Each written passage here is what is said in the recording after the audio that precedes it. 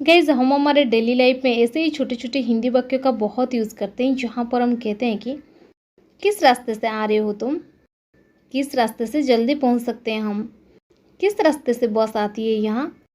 Guys इस प्रकार के सेंटेंसेस को हम हिंदी में तो बड़ी आसानी से बोल लेते हैं, बट इसे इंग्लिश में कैसे कहा जाता है क्या आपको पता है गाइज?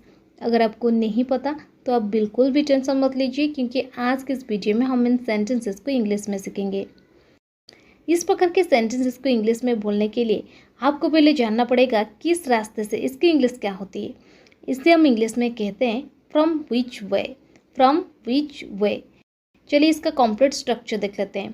पहले आपको यूज़ कर देनी है फ्रॉम विच वे, इसके बाद आपको यूज़ कर देनी है डू, डॉज, विल या फिर कैन। इसके बाद सब्जेक्ट, सब्जेक्ट के बाद आपको यूज़ कर देनी है वर्ब की फर्स्ट फॉर्म। इसके बाद अदर वर्ड्स। अगर आप लिख रहे हैं तो लास्ट में क्वेश्चन मार्क जरूर लगाइए।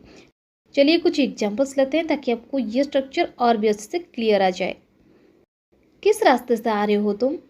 From which way are you coming, from which way are you coming.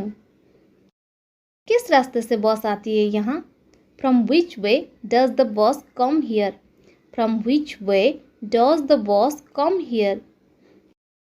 किस रास्ते से जल्दी पहुँच सकते हैं हम?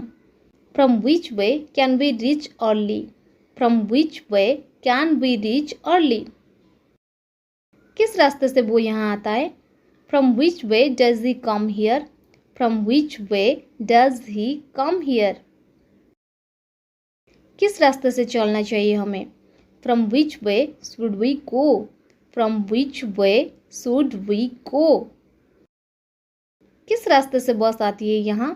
From which way does the bus come here, from which way does the bus come here.